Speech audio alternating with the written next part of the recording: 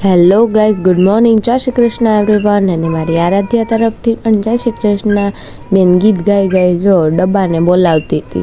એને શું ખબર પડે? હવે ડબ્બાને ખબર તો પડે નહીં કંઈ કે બેન પાસે વહી જાય, અને બેનને કંઈ ખબર પડે નહીં કે આપણે બોલાવાથી કંઈ ડબ્બો આપણા હાથમાં આવી ન જાય. પછી તો હું આરાધ્યાની માસી લગાડતી હતી બોડી લોશન, અને બેન ભાળી ગયા ડબ્બાને.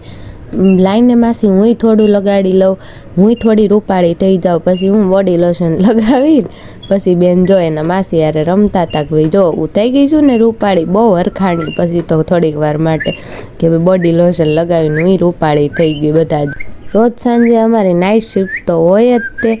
પછી હું નાઇટ શિફ્ટમાં જો બેન કાચમાં પોતાને ભાળી ગયા, તો એને બોલાવે છે ભાઈ, એની યારે વાતો કરે છે ભાઈ તું બહાર આવી જા, બહાર આવી જા. જો કેવી વાતો કરે છે, કાંઈ ખબર તો પડે નહીં કે હું જ છું. એને બોલાવે છે ને જોવે છે ને એની યારે વાતો કરે છે ને ગાંડા કાઢે છે બેન. ના જતો પછી હું કંટાળીને થાકીને બેન તો હોઈ ગયા. વિચારતા જો માથે હાથ દઈને કે ભાઈ આ હતું હું, કોણ હતું કે ભાઈ મારી યારે વાત કરે. Thank you for watching this video. કાલે મળી એક નવા મિની વ્લોગ સાથે. ત્યાં સુધી મારી આરાધ્યા તરફથી બધાને બાય બાય.